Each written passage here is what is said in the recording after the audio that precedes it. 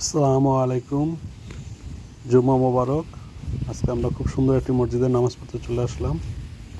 Right সাইডে মহিলাদের জন্য, লেফট সাইডে পুরুষদের জন্য।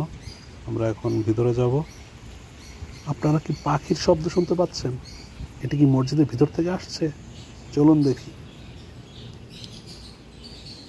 বিসমিল্লাহির রহমানির রহিম। খুব সুন্দর পরিবেশ।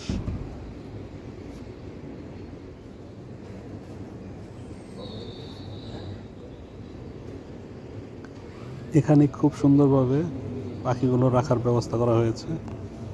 দেখতে খুবই সুন্দর লাগছে।